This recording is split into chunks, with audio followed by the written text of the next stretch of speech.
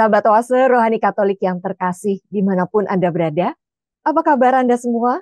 Semoga Anda tetap sehat, tetap bersemangat, dan senantiasa bersyukur atas anugerah yang telah Allah berikan. Dalam Gaudium et Spes artikel 38 dikatakan, teladan Kristus yang mati untuk kita orang berdosa, mengajarkan kepada kita bahwa kita wajib memanggul salib. Sahabat Oase Rohani Katolik yang terkasih, senang sekali saya Bernadette Esther bisa kembali hadir dan menyapa Anda dalam acara Oase Rohani Katolik edisi hari ini dalam Oktav Paskah. Kita akan mendengarkan Sabda Allah dari Kisah Para Rasul dan Injil Suci menurut Yohanes. Kita juga akan mendengarkan renungan yang akan diberikan oleh Reverendus Dominus Nobertus Nuho Tukan. Beliau berkarya di paroki HSMTB, Hati Santa Maria Tak Bernoda, Gereja Kristus Raja Tanjung Pinang, Kepulauan Riau. Dan saat ini sedang mendapat utusan untuk studi di Sekolah Tinggi Filsafat Riarkoro dan tinggal di Vincentius Putra, Kramat Raya, Jakarta Pusat. Mari kita sapa Romo Norbert lebih dulu. Apa kabar Romo? Terima kasih, kabar saya baik-baik, puji Tuhan. Ya, terima kasih Romo Norbert senantiasa hadir untuk menyapa serta meneguhkan iman para pencinta Oase Rohani Katolik di antara berbagai kesibukan Romo menyelesaikan studi di STF Riarkoro.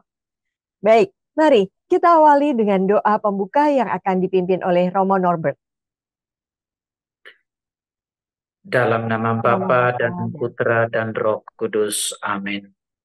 Tuhan, terima kasih banyak untuk berkat-Mu dalam kehidupan kami. Terima kasih juga Engkau menyemangati kami melalui peristiwa kebangkitan ini. Ajarilah kami agar senantiasa menjadi putra-putrimu yang sabar dan setia dalam mewartakan sukacita kebangkitan bagi sesama yang berada di sekitar kami. Terpujilah Engkau kini dan sepanjang segala masa. Amin. Amin. Bapa Dalam dan nama Putra Bapa, dan Roh Putra dan Roh Kudus. Kudus. Amin. Amin.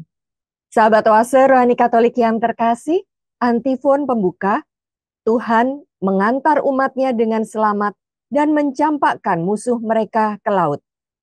Haleluya. Bacaan dari Kisah Para Rasul bab 4 ayat 1 sampai 12. Sekali peristiwa, sesudah menyembuhkan seorang lumpuh, Petrus dan Yohanes berbicara kepada orang banyak. Tiba-tiba mereka didatangi imam-imam dan kepala pegawai bait Allah serta orang-orang Saduki.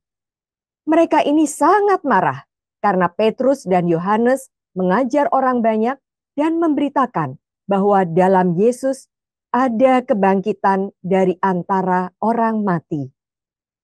Maka mereka ditangkap, lalu diserahkan ke dalam tahanan sampai keesokan harinya karena hari telah malam. Tetapi di antara orang yang mendengar ajaran itu, banyak yang menjadi percaya, sehingga jumlah mereka menjadi kira-kira 5.000 orang laki-laki. Pada keesokan harinya, pemimpin-pemimpin Yahudi serta tua-tua dan para ahli Taurat mengadakan sidang di Yerusalem dengan imam besar Hanas dan Kayafas, Yohanes dan Alexander, dan semua orang lain yang termasuk keturunan imam besar. Lalu Petrus dan Yohanes dihadapkan kepada sidang itu dan mulai diperiksa dengan pertanyaan ini. Dengan kuasa manakah atau dalam nama siapakah kamu bertindak demikian itu? Maka jawab Petrus penuh dengan Roh Kudus. Hai pemimpin-pemimpin umat dan kaum-kaum tua, jika sekarang kami harus diperiksa karena suatu kebajikan kepada orang sakit dan harus menerangkan dengan kuasa manakah orang itu disembuhkan, maka ketahuilah oleh kamu sekalian dan oleh seluruh umat Israel bahwa semua itu kami lakukan dalam nama Yesus Kristus, orang Nazaret yang telah kamu salibkan, tetapi dibangkitkan Allah dari antara orang mati. Karena Yesus itulah orang ini sekarang berdiri dengan sehat di depan kamu. Yesus adalah batu yang dibuang oleh tukang-tukang bangunan, yaitu kamu sendiri. Namun ia telah menjadi batu penjuru. Dan keselamatan tidak ada di dalam siapapun juga selain di dalam Dia. Sebab di bawah kolong langit ini tidak ada nama lain yang diberikan kepada manusia yang olehnya kita dapat diselamatkan. Demikianlah sabda Tuhan. Syukur kepada Allah. Mazmur tanggapan dengan refren, batu yang dibuang oleh tukang-tukang bangunan telah menjadi batu penjuru. Batu yang dibuang oleh tukang-tukang bangunan telah menjadi batu penjuru. Bersyukurlah kepada Tuhan sebab Ia baik. Kekal abadi kasih setianya.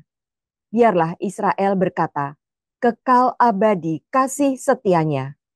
Biarlah orang yang takwa pada Tuhan berkata, kekal abadi kasih setianya. Batu yang dibuang oleh tukang-tukang bangunan telah menjadi batu penjuru. Batu yang dibuang oleh tukang-tukang bangunan telah menjadi batu penjuru. Hal itu terjadi pada pihak Tuhan, suatu perbuatan ajaib di mata kita. Inilah hari yang dijadikan Tuhan. Marilah kita bersorak-sorai dan bersuka-cita karenanya.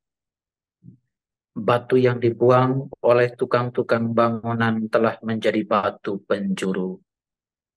Ya Tuhan, berilah kiranya keselamatan. Ya Tuhan, berilah kiranya kemujuran. Diberkatilah dia yang datang dalam nama Tuhan. Kami memberkati kamu dari dalam rumah Tuhan. Tuhanlah Allah, Dia menerangi kita. Batu yang dibuang oleh tukang-tukang bangunan telah menjadi batu penjuru. Haleluya, haleluya, haleluya, haleluya, haleluya, haleluya. Inilah hari yang dijadikan Tuhan. Marilah kita bersorak-sorai dan bersukacita karenanya. Haleluya, haleluya, haleluya. Tuhan bersamamu Dan bersama rohmu, Inilah Injil suci menurut Yohanes. dimuliakanlah Tuhan. Sesudah bangkit dari antara orang mati, Yesus menampakkan diri kepada murid-muridnya di pantai danau Tiberias. Ia menampakkan diri sebagai berikut. Di pantai itu berkumpul Simon Petrus, Thomas yang disebut Didimus, Nathanael dari Kana yang di Galilea, anak-anak Zebedeus, dan dua orang muridnya yang lain. Kata Simon Petrus kepada mereka, "Aku pergi menangkap ikan." Kata mereka kepadanya, "Kami pergi juga dengan engkau." Mereka berangkat lalu naik ke perahu, tetapi malam itu mereka tidak menangkap apa-apa. Ketika hari mulai siang, Yesus berdiri di pantai, akan tetapi murid-murid itu tidak tahu bahwa itu adalah Yesus. Kata Yesus kepada mereka, "Hai anak-anak, adakah kamu mempunyai lauk pauk?" Jawab mereka, "Tidak ada." Maka kata Yesus kepada mereka, "Tebarkanlah jalam di sebelah kanan perahu, maka akan kamu peroleh." Lalu mereka menebarkannya, dan mereka tidak dapat menariknya lagi karena banyaknya ikan. Maka murid yang dikasihi Yesus berkata kepada Petrus, "Itu Tuhan." Ketika Petrus mendengar bahwa itu adalah Tuhan, maka ia mengenakan pakaiannya, sebab ia tidak berpakaian. Lalu terjun ke dalam danau. Murid-murid yang lain datang dengan perahu, karena mereka tidak jauh dari darat, hanya kira-kira 200 hasta saja, dan mereka menghela jala yang penuh ikan itu. Ketika tiba di darat, mereka melihat api arang dan di atasnya ada ikan serta roti. Kata Yesus kepada mereka, "Bawalah beberapa ikan yang baru kamu angkat itu." Simon Petrus naik ke perahu, lalu menghela jala itu ke darat, penuh ikan-ikan besar, 153 ekor banyaknya. Dan sungguh pun banyak itu ikannya, jala itu tidak koyak. Kata Yesus kepada mereka, "Mari dan sarapanlah." Tidak ada di antara murid-murid itu yang berani bertanya kepadanya, "Siapakah engkau?" Sebab mereka tahu bahwa ia adalah Tuhan. Yesus maju ke depan, mengambil roti dan memberikannya kepada mereka. Demikian juga dengan ikan itu. Itulah ketiga kalinya Yesus menampakkan diri kepada murid-muridnya sesudah ia bangkit dari antara orang mati. Demikianlah sabda Tuhan. Terpujilah Kristus.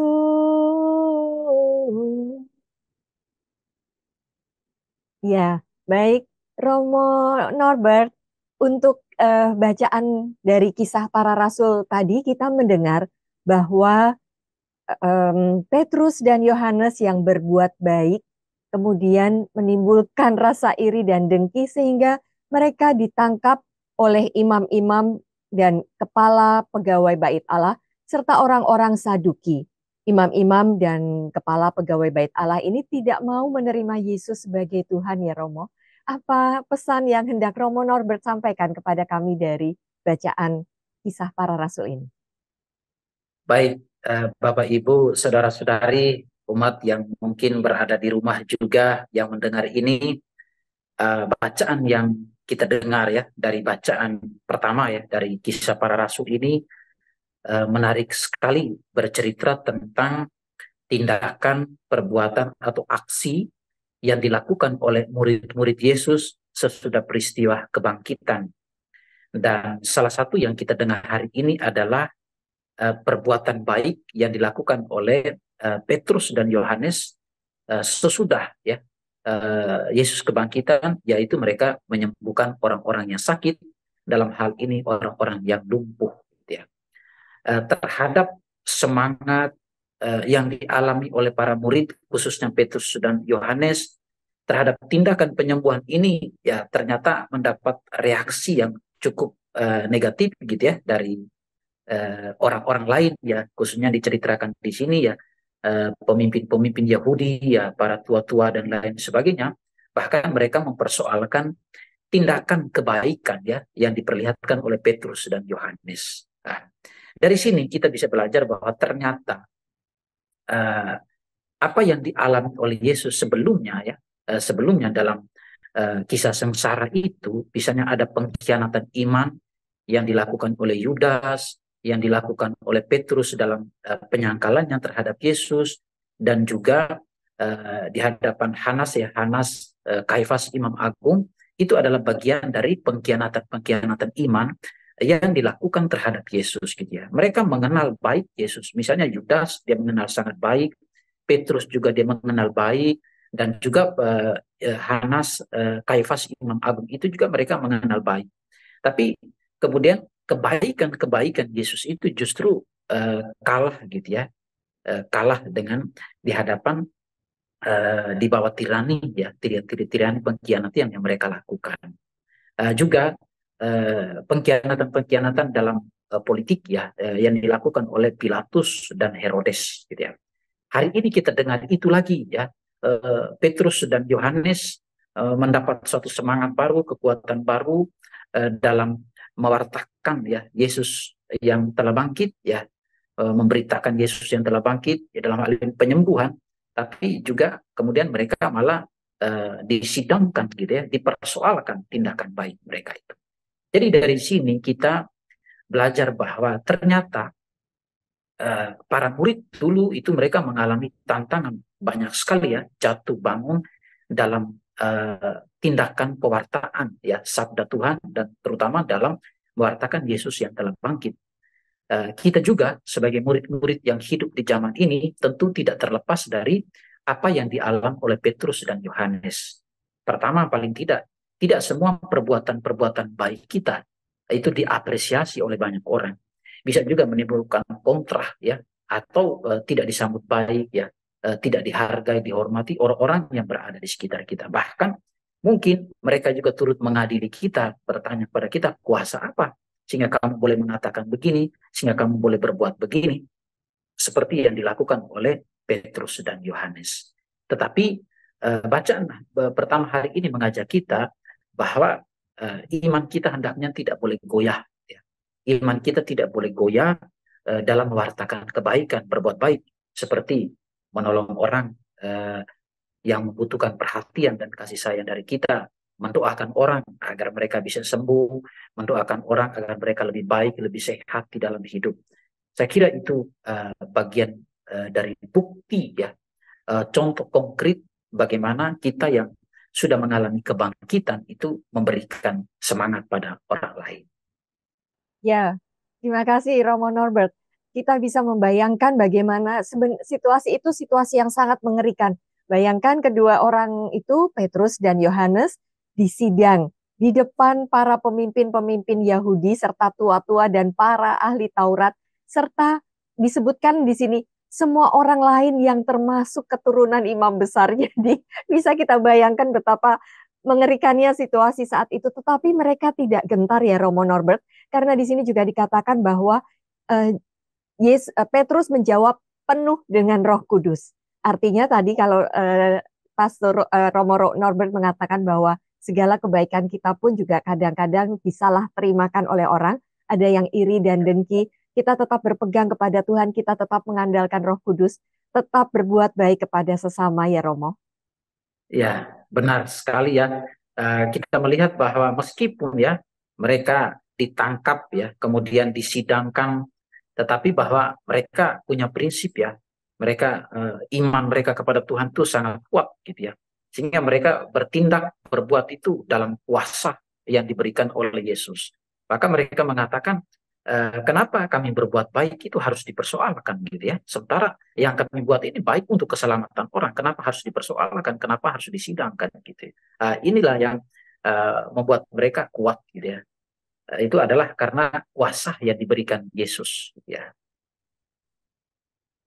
Baik. Nah, pesan apa dari Romo Norbert untuk kita seandainya kita mengalami hal-hal yang tidak mengenakan ketika kita melakukan perbuatan baik kepada sesama?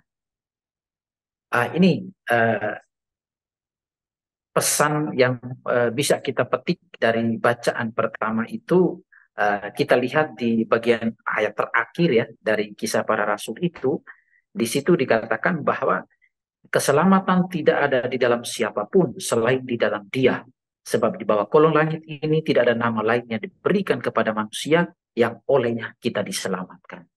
Ini berarti bahwa pesan inti kepada kita adalah sebagai pengikut Tuhan di zaman ini, kita itu harus benar-benar percaya, benar-benar yakin bahwa di dalam nama Tuhan Yesus itu semua orang itu diselamatkan. Keyakinan ini harus menjadi dasar bagi kita di dalam mewartakan Injil. Kita harus benar-benar percaya, karena dengan keyakinan, kepercayaan itu kita bisa kemudian menjadi kuat untuk pergi kemanapun kita berada untuk mewartakan Yesus yang telah bangkit, mewartakan damai, sukacita, kebangkitan yang diperlihatkan ya Yesus kepada kita, dan kita juga menunjukkan dengan mencintai damai dan juga mewartakan kebangkitan dimanapun kita berada. Saya kira itulah ya pesan pertama ya, bahwa kita harus benar percaya kepada Yesus bahwa Dialah sumber kehidupan, sumber kebangkitan untuk semua umat manusia.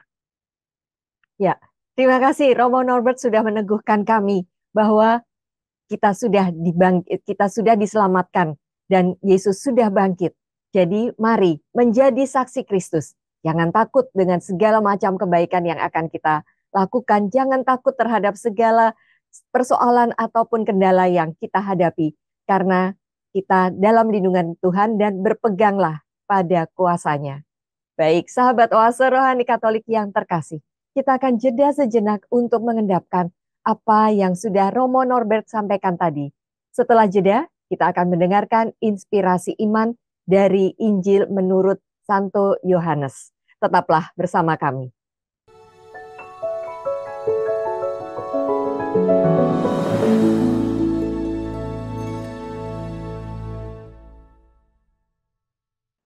Sahabat Oase Rohani Katolik yang terkasih, Anda masih bersama kami, Reverendus Dominus Nobertus Nuho Tukan, dan saya Bernadette Esser.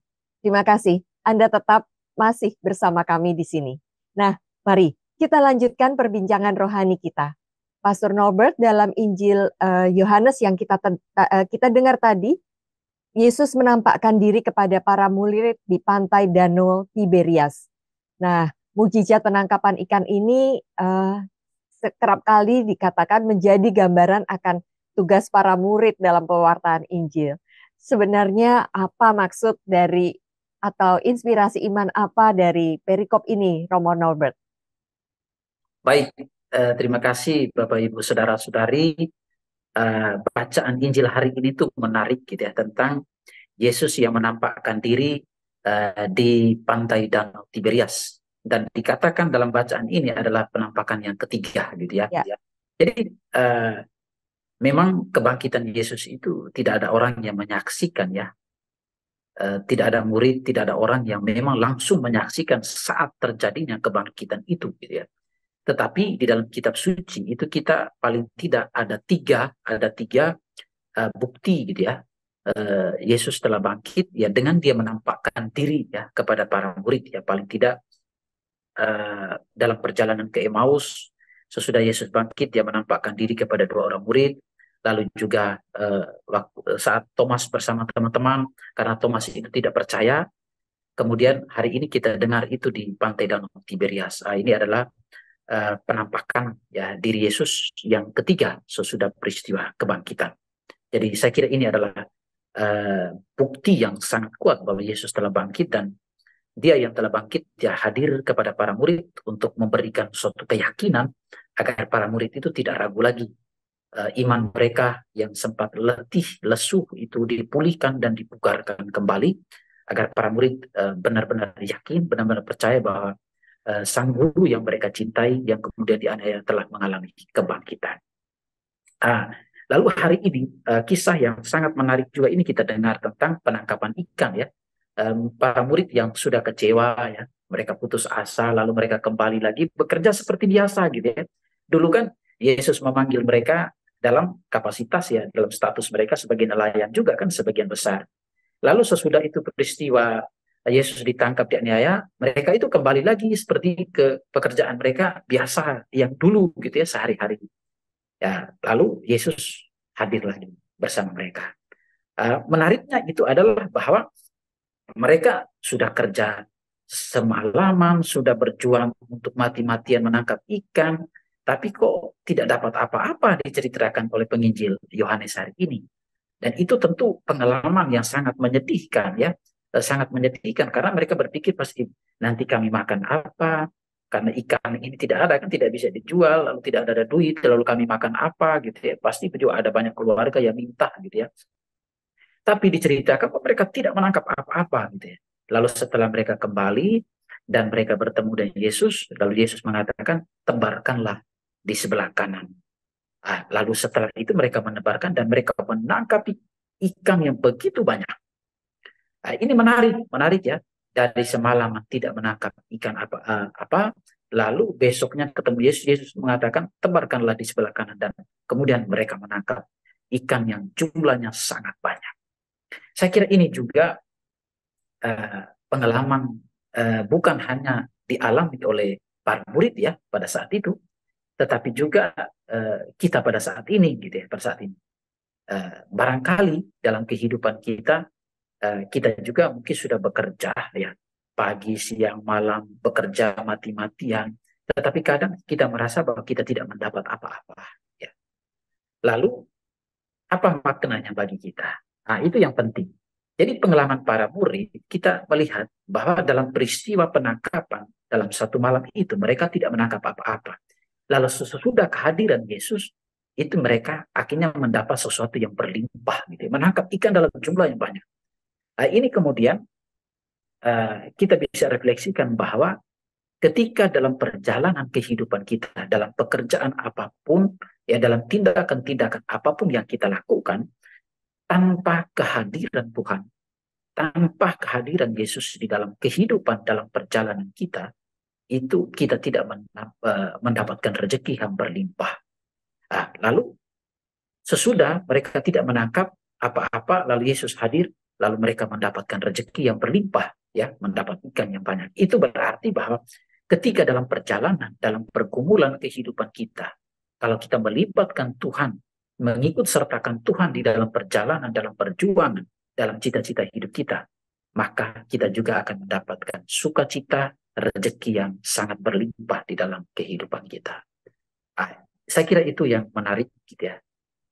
Ya, Romo Norbert, menarik sekali ya. Ini ada Petrus waktu itu, Petrus, Thomas, lalu kemudian ada juga anak-anak Zebedeus, 2 orang berarti, lalu kemudian 2 orang murid Yesus yang ikut bersama dengan Simon Petrus mencari ikan.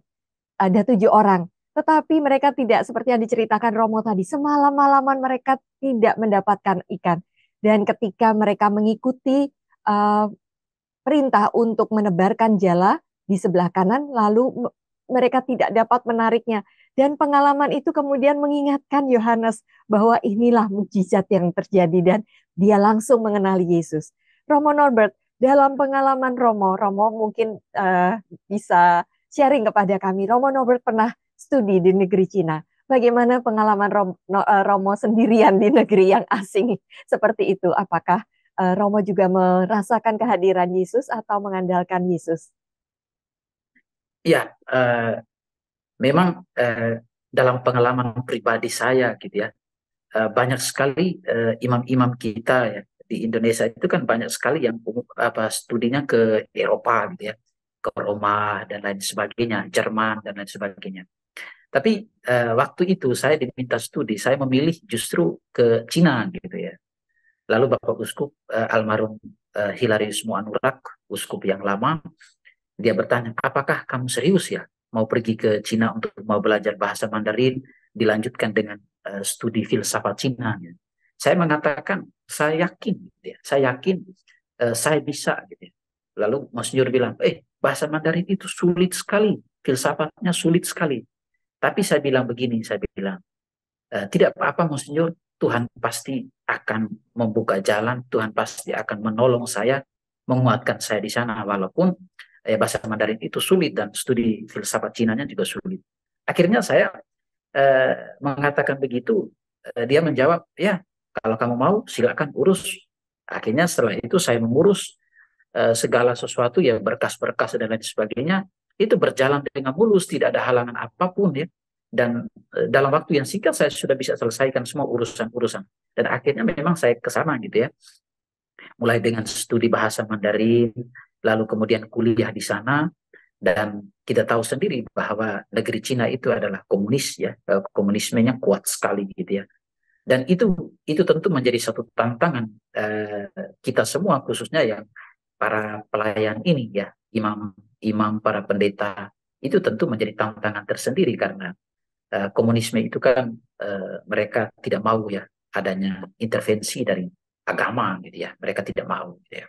Tentu itu menjadi suatu tantangan, kesulitan yang dialami oleh para misionaris. Tapi saya berani ke sana. Bahkan waktu studi di sana pun saya, teman-teman kelas saya, guru-guru, profesor yang mengajar saya itu juga banyak yang tidak punya agama, gitu ya. Mereka bilang, Shenfu ya pastor, women meyo chong jiao, gitu ya. Kami tidak punya agama, gitu ya.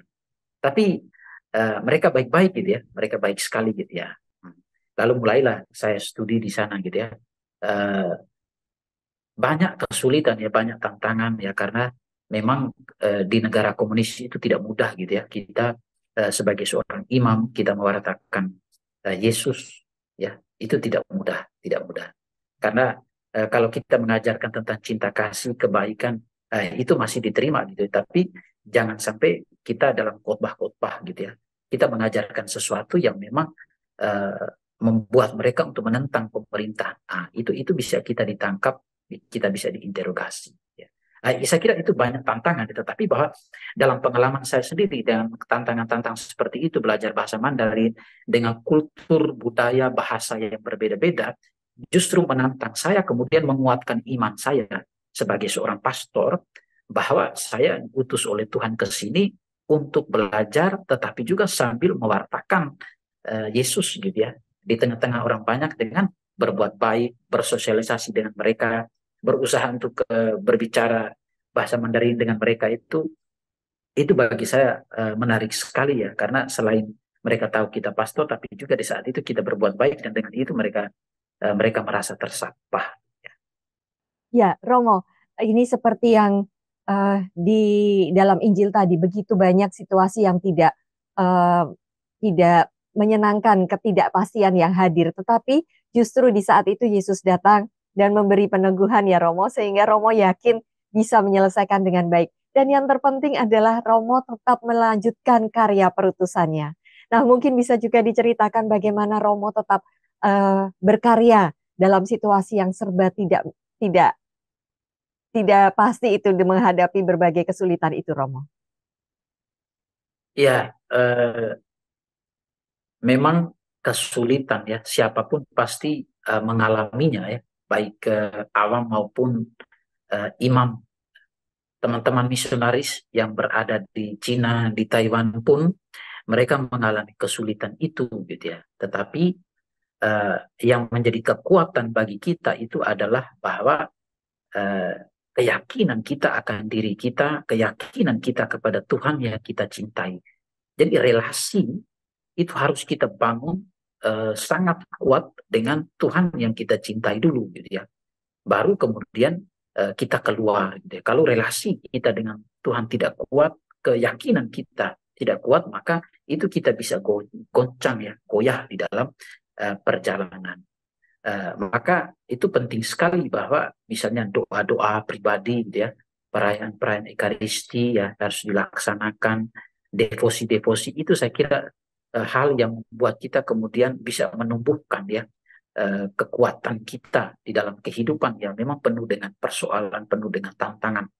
Ya seperti di negara komunisme, lalu juga di dalam kehidupan sosial ya, orang yang tidak terlalu memperhatikan ya aspek religius, orang yang tidak percaya pada Tuhan, orang lebih percaya pada kebebasan pribadi ya dalam berekspresi dan lain sebagainya. Dan bahkan ada yang mengatakan ya agama itu tidak penting, hal-hal yang kuno yang itu konservatif sekali gitu ya. Jadi dunia sudah maju, kita tidak perlu pada agama yang konservatif ya. Itu banyak sekali dalam pergaulan, misalnya ketika di Taiwan, di Cina itu banyak teman-teman yang mengatakan begitu. Tapi bahwa saya mengatakan, ya saya adalah pengikut Tuhan Yesus dan saya mencintai kebenaran-kebenaran ajaran yang diajarkan kepada kita gitu, dan itu selalu aktual dan relevan dengan situasi hidup kita. Ya, Romo, berarti kita tetap juga mengandalkan Roh Kudus yang membimbing kita untuk tetap mewartakan kabar gembira bahwa kita murid Yesus dan kita berbuat baik dengan kepada semua orang, kepada sesama, kepada semua, kepada alam ciptaan itu sebagai bukti cinta kasih kita kepada Tuhan dan kepercayaan kita kepada Allah yang Maha Kuasa ya Romo. Iya, karena kita harus memang benar-benar membuka hati, membuka pikiran kita agar kita itu benar-benar dituntun, diarahkan oleh kekuatan Roh Kudus gitu ya. Supaya kita bisa bersaksi, kita bisa berbuat baik, kita bisa bertahan. Karena apa? Kita membuka hati, kita dikuasai, dituntun dan diarahkan oleh Roh Kudus. Dalam budaya Cina gitu ya, dan juga dalam sejarah pemikiran Cina juga kan mereka itu punya keyakinan juga soal Roh Kudus gitu ya, bahwa mereka sebut dengan berbeda gitu ya, ada Qi gitu. Qi itu semacam energi gitu ya, energi kosmik gitu ya. Jadi mereka yakin bahwa seluruh alam semesta ini bisa berinteraksi, bisa bergerak ya. Itu hanya karena ada kekuatan atau spirit yang disebut dengan Qi. Qi itu energi ya, power dari alam semesta. Saya kira dalam misalnya kita tarik dalam kekristenan, kita juga yakin kan bahwa Roh Kudus itu senantiasa menghidupkan kita, memberikan kekuatan, semangat bagi kita di dalam bergerak, dalam bertindak, teristimewa dalam mewartakan Yesus yang bangkit. Ya. Baik, Romo Norbert. Nah, apakah Romo bisa memberi kami kesimpulan atau benang merah dari bacaan pertama yang kita dengar tadi dari Kisah Para Rasul dengan bacaan Injil dari Santo Yohanes ini, Romo? Ya, Bapak Ibu, saudara-saudari, kita bisa memetik paling tidak satu hal ya, antara bacaan pertama dari Kisah Para Rasul dan juga bacaan Injil dari Injil Yohanes. Yang pertama dari Kisah Para Rasul itu bahwa ditegaskan bahwa sebagai pengikut-pengikut Tuhan yang hidup pada zaman ini, jangan pernah putus asa dalam berbuat baik. Ya, karena perbuatan baik, perbuatan yang benar tidak akan pernah kalah oleh tirani kekuasaan apapun.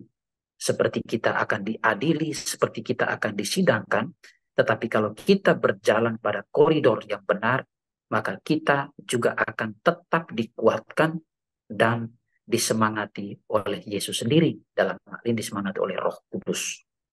Lalu juga kita melihat bahwa dalam perjalanan kehidupan kita, orang-orang pada zaman ini, jika kita ingin menjadi orang yang berhasil dalam kehidupan, kita rendah hati dalam arti ini membuka hati dan pikiran kita terhadap kehadiran dan tuntunan Roh Kudus.